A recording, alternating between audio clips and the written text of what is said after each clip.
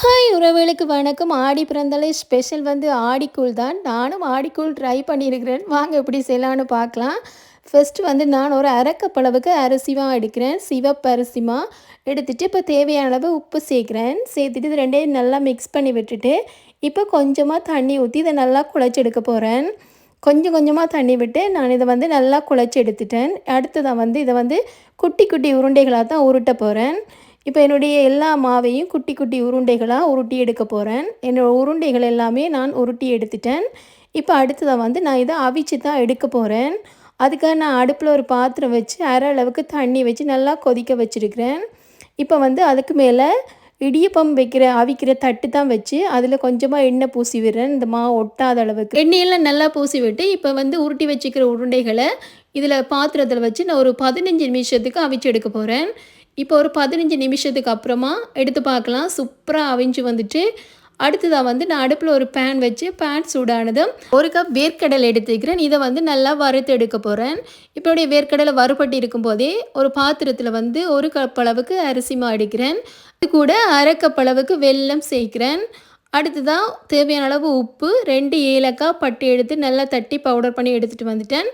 அதையும் இது கூட சேர்த்து நல்லா மிக்ஸ் பண்ணி விட்டுட்டு இப்போ 1/2 கப் அளவுக்கு தேங்காய் பால் எடுத்துக்கிறேன். இதையும் ஊற்றி நல்லா கட்டிகள் படாத அளவுக்கு நல்லா கரைச்சி எடுக்க போகிறேன். இப்போ என்னுடைய மாவெல்லாம் நல்லா கரைச்சி எடுத்துகிட்டு வந்துட்டேன். அடுப்பில் வச்சு நல்லா காய்ச்சி எடுக்க போகிறேன்.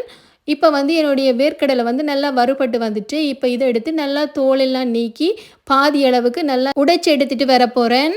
இப்போ கூழுக்கு கரைச்சி வச்ச மாவு வந்து நல்லா சூடாகி ஒரு கெட்டி பதத்துக்கு வந்துட்டு இப்போ வந்து உடைச்சி வச்சுக்கிற கச்சான் தேங்காய் வந்து குட்டி குட்டியாக கட் பண்ணி வச்சுக்கிறேன். அதையும் இது கூட சேர்த்து நல்லா மிக்ஸ் பண்ணி விட போகிறேன்.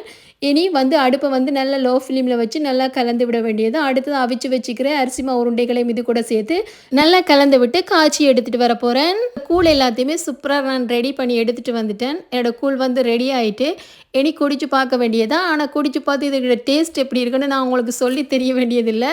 நிறைய பேருக்கு இந்த கூழோட டேஸ்ட் தெரியும். இதோட செய்முறை எல்லாமே உங்களுக்கு தெரிஞ்சிருக்கும். இது நான் சில தவறுகள் விட்டிருப்பேன், சிலது சேர்க்காமல் இருந்திருப்பேன், சிலது எக்ஸ்ட்ராவாக சேர்த்தனா எனக்கு தெரியலை. ஆனால் எனக்கு தெரிஞ்ச அளவுக்கு நான் அந்த கூழ் ரெடி பண்ணியிருக்கிறேன். நீங்கள் ஏதாவது சேர்க்கணும் ஏதாவது தவறுன்னு சொன்னால் எனக்கு கமெண்ட்ஸில் சொல்லுங்கள். நான் ஊரில் இருக்கும்போது இந்த கூழ் நான் நிறைய தடவை குடிச்சிருக்கிறேன். ஆனால் இங்கே வந்ததுக்கு பிறகு நான் குறைவு. ஆனால் இந்த ஆடி மாத ஸ்பெஷல்ன்றபடியே நான் ட்ரை பண்ணியிருக்கிறேன். ஆனால் எனக்கு ரொம்ப பிடிச்சிருக்கு இந்த ரெசிபி. உங்களுக்கு பிடிச்சிருந்தா எனக்கு கமெண்ட்ஸில் சொல்லுங்கள். நீங்களும் ட்ரை பண்ணி பாருங்கள்.